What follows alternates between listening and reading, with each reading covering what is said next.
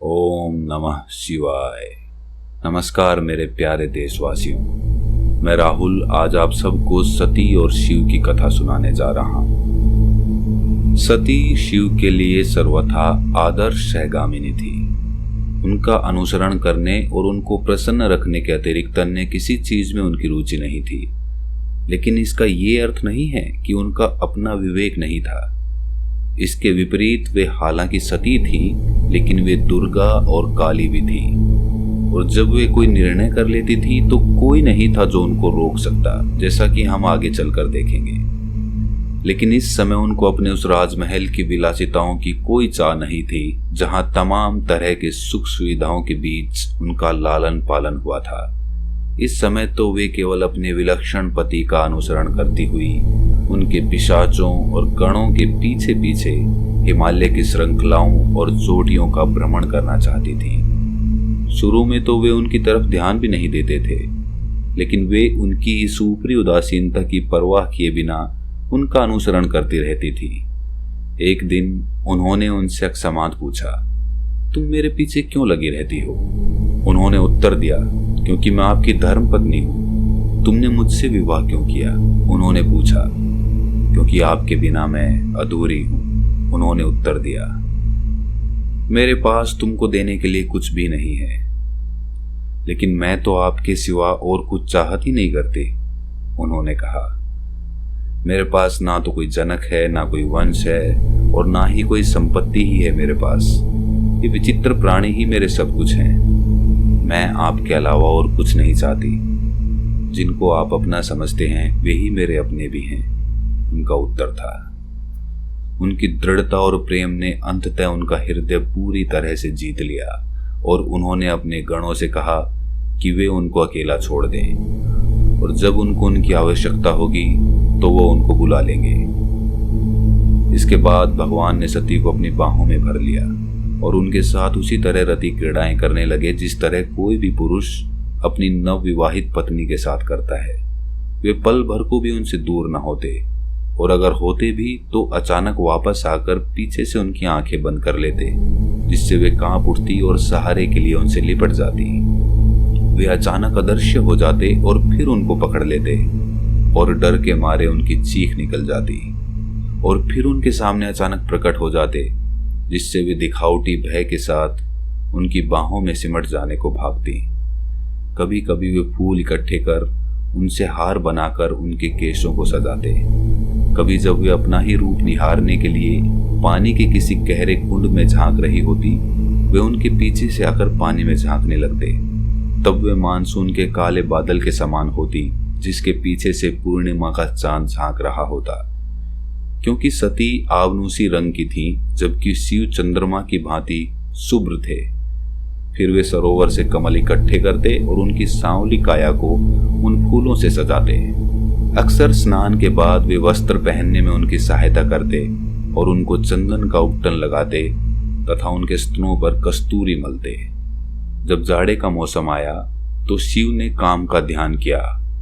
वसंत के आते ही प्रभु की मानसिक अवस्था के अनुकूल हिमालय की घाटियों में वृक्ष और लताएं पल्लवों और पुष्पों से लद गई। सरोवर पुष्पित कमल दलों से भर गए और मंद मलय समीर ने हवा को सरोबार कर दिया। लवंग और इलायची जैसी चीजों की गंध हवा को और भी मादक बनाते हुए भ्रमरों को बेहाल करने लगी। बादलों से पूरी तरह स्वच्छ आकाश में चंद्रमा रातों को उजला कर रहा था। ऐसे विमोहक वातावरण में भगवान शिव वर्षों सती का अनुगमन करते रहे। जिस तरह रस्सी हाथी को बांधे रखती है, उसी तरह लगता था वे भी उनके मुख के सौंदर्य और उनकी मोहक कामोदीपक क्रियाओं के पास में बंधे हुए थे। देवताओं की गणना के अनुसार 25 वर्षों तक शिव हिमालय की चोटियों और कंदराओं में सती के साथ काम क्रीड़ाएं करते रहे। लेकिन इन समूची काम क्रीड़ाओं के बावजूद एक बार भी उनका वीर्य संकलित नहीं हुआ। जब वर्षा ऋतु आई तो सती ने शिव को उल्हाना देते हुए कहा, हे प्रियतम, हम जैसे यायावरों के लिए जिनका अपना कोई ठिकाना नहीं है, ये सबसे बुरा मौसम है। ये भयानक झंझावात और बिजलियां मुझे डराती हैं। ना सूरज दिखाई देता है, ना चंद्रमा। विशाल देवदारू वृक्ष भरभरा कर गिर रहे हैं। दिन रातों की तरह लगते हैं। मेरे शरीर को देखिए जो कठोर ओलों के गिरने से छिल गया है। सिर्फ मोर ही हैं जो बादलों की इस गर्जन से मग्न होकर नाचते हैं। इस मौसम में कौवे और चकोर तक अपने घोंसले बना लेते हैं। हे मेरे प्रियतम, अब आप भी बिना विलंब किए अपने लिए एक घर बनाने की कृपा करें। सती के इन शब्दों को सुनकर शिव ने कहा, हे मेरी प्रिया, आपकी इच्छा पूरी हो। आप अपनी रुचि की कोई जगह चुनें और आपके योग्य घर तैयार हो जाएगा। क्या आप उस मेरु पर्वत पर रहना चाहेंगी जहां देवता निवास करते हैं? शायद आप काशी में रहना चाहें। आप जगह का नाम भर ले, वो उसी क्षण से आपकी होगी। आपकी सुंदरता स्वर्ग की अप्सराओं की सुंदरता से होड़ करेगी और उनको लज्जित करेगी। या फिर आप हिमालय के राजा हिमवान के राज्य में रहना पसंद करेंगी, जहां पर्वतीय स्त्रियां और नागों की कन्याएं आपकी सेवा करेंगी। वहां के शिकारी पक्षी तक शांति प्रिय होते हैं, क्योंकि वो अनेक ऋषियों और मुनियों का आवास है। या शायद आप मेरे अपने कैलाश पर्वत पर ही रहना पसंद करें, जो धन के देवता कुबेर के निवास के एकदम निकट है। आप ही चुनिए, सारी जगहें आपकी हैं। सती ने हिमवान के देश का चुनाव किया, इसलिए प्रभु उनको वहीं ले गए जहां उन्होंने एक सुंदर निवास बनाया और वहां अनेक दैवीय वर्षों तक उनके साथ रहे। वे उनके साथ रहते हुए कभी ऊब अनुभव नहीं करते थे और वे उनकी उपस्थिति से हमेशा अभिभूत रहती थीं। भगवान शिव, जो कभी केवल आत्मा के आनंद में ही डूबे रहा करते थे, अब केवल सती के आनंद में ही डूबे रहने लगे। वे रात दिन संसार को भूलकर अपने ही प्रेम में निमग्न एक दूसरे को आनंद से निहारते रहते। आखिरकार एक दिन सती ने स्वयं को उनके आलिंगन से मुक्त किया और उनसे उन अनेक विषयों पर प्रश्न पूछना आरंभ कर दिया जिनके उत्तर केवल वे ही दे सकते थे। ऐसा उन्होंने जगत की खातिर ही किया, अन्यथा वे तो स्वयं ही देवी माँ थी जो सारे उत्तर पहले से जानती थी। सती ने पूछा, हे महायोगी, मैं उस दर्शन के बारे में जानना चाहती हूँ जिससे समस्त प्राणी अपने दुखों से मुक्ति पा सकते हैं। वो क्या है जो लोगों को सांसारिक बंधनों से छुटकारा दिलाता है और उनको परम धाम को प्राप्त करने में सहायता करता है? हे देवी सती, ध्यान से सुनिए, क्योंकि मैं आपको वो ज्ञान देता हूँ जो बंधनों में पड़ी समस्त आत्माओं को मोक्ष प्रदान करता है।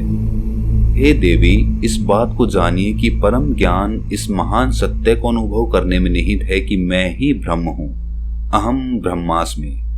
एक निर्मल बुद्धि में इसके अतिरिक्त और किसी भी बात की स्मृति नहीं रहती। इस तरह की आत्मचेतना इस जगत में बहुत कम पाई जाती है। लेकिन हे प्रिय, ध्यान रहे कि जिस तरह विष्णु है उसी तरह मैं स्वयं भी परम ब्रह्म हूँ। उनके प्रति या मेरे प्रति भक्ति मोक्ष प्राप्ति का सबसे आसान उपाय है। परम भक्ति परम ज्ञान के ही बराबर है और उसे आचरण में लाना अधिक आसान होता है।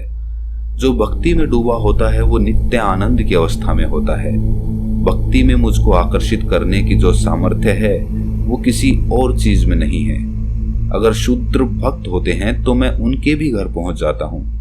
भक्ति के 9 गुण हैं: ईश्वर की महिमा का श्रवण करना, उनका गुणगान करना, हर समय उनका स्मरण करना, उनकी सेवा करना, उनके समक्ष अपने अहंकार का उत्सर्ग करना, अनेक रूपों में उनकी पूजा करना, उनको साष्टांग प्रणाम करना, उनके प्रति समर्पित होना और समस्त प्राणियों के प्रति मैत्री और दया की भावना रखना।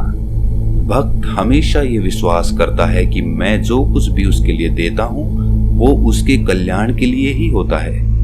वो सब कुछ मेरे लिए समर्पित कर देता है और अपने पास कुछ भी नहीं रखता। जो ये 9 गुण हासिल कर लेता है वो सब कुछ हासिल कर लेता है। संपूर्ण ज्ञान और सांसारिक सफलताएं तथा अटल मोक्ष, सब कुछ। इस कलयुग में मुझे प्रसन्न कर सकने वाला भक्ति के मार्ग से अधिक आसान कोई दूसरा मार्ग नहीं है।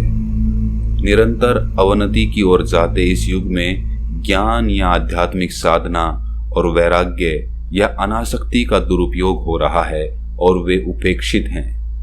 इनको समझ सकने वाले लोग बहुत दुर्लभ होते जा रहे हैं। लेकिन हे प्रिय, भक्ति इन दोनों के ही लाभ प्रदान कर सकती है और वो मुझे सबसे अधिक प्रिय भी है।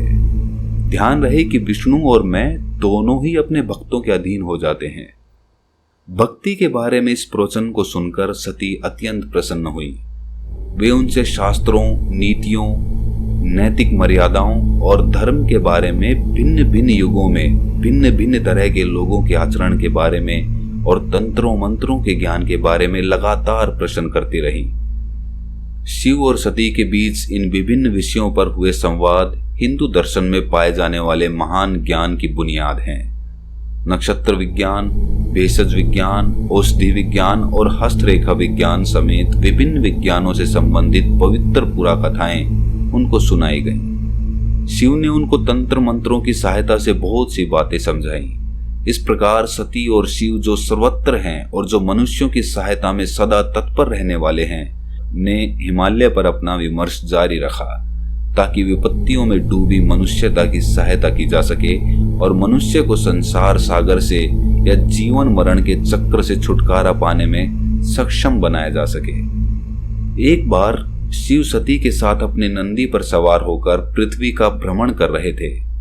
यह श्री राम के अवतार का समय था, जब भगवान विष्णु ने संसार को दानवराज रावण से छुटकारा दिलाने कौशल के राजकुमार का रूप धारण किया हुआ था। राम को उनकी सौतेली मां द्वारा वनवास दे दिया गया था। जब वे वन में रह रहे थे तभी उनकी प्रिय पत्नी सीता का रावण द्वारा अपहरण कर लिया गया। राम शोक में डूबे अपनी पत्नी के वियोग में रोते हुए भटक रहे थे।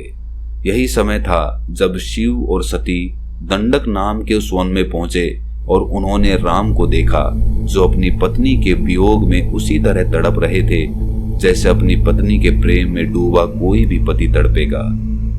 राम और उनके भाई लक्ष्मण को देखकर सती ने शिव से पूछा, ये दोनों कौन है जो किसी वस्तु के खो जाने के कारण इस कदर शोकाकुल दिखाई दे रहे हैं, और क्या कारण है कि इन्हें देखकर आप आनंदित हैं और आपने तो इनमें से उस नीलवर्ण पुरुष को प्रणाम तक कर डाला है।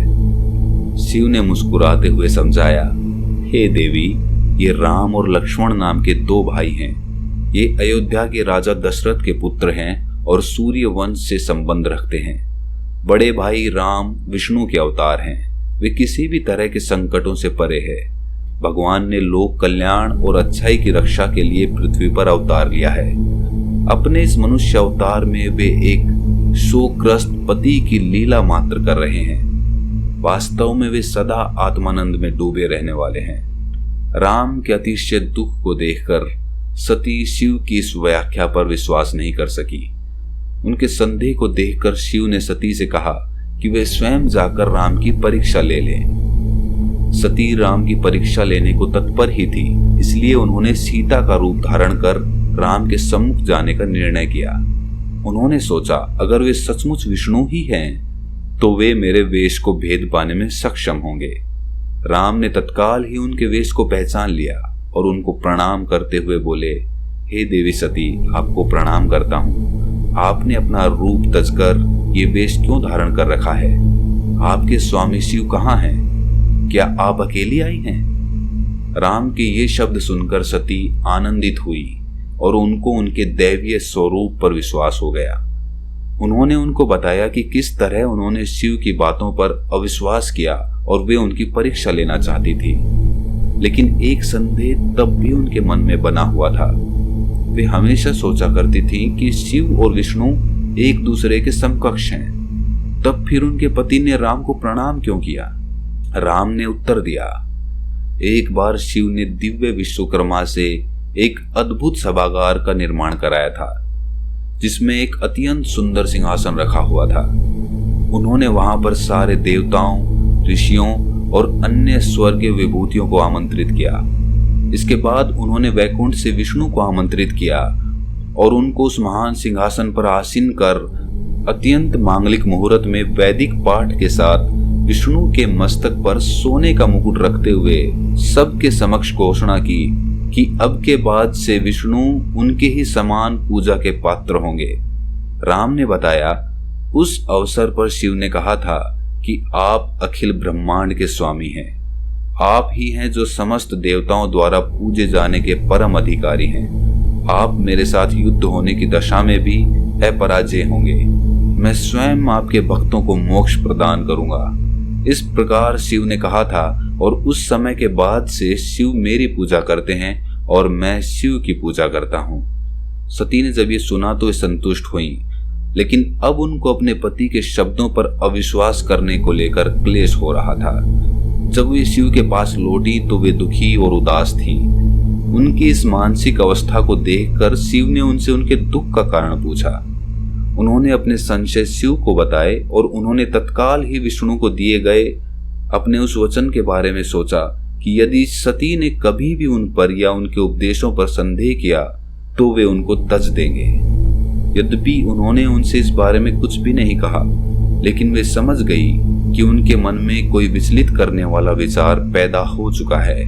और हालांकि उन्होंने उनके प्रति पहले की ही तरह प्रेमपूर्ण व्यवहार करना जारी रखा, लेकिन दोनों को ही इस बात का एहसास हो चुका था कि जल्दी ही कोई ऐसी घटना होने वाली है जो उनको उनके वचन की ओर निर्वाह करने की ओर ले जाएगी। अगर आपको शिवलीला की ये कहानी पसंद आई तो इस वीडियो को लाइक कर दें और चैनल को सब्सक्राइब कर लें। और हाँ, नोटिफिकेशन बेल को प्रेस करना ना भूलें, ताकि हम ऐसी ही शिवलीला की और कहानियाँ लेकर आएं तो आपको तत्काल पता चल जाए।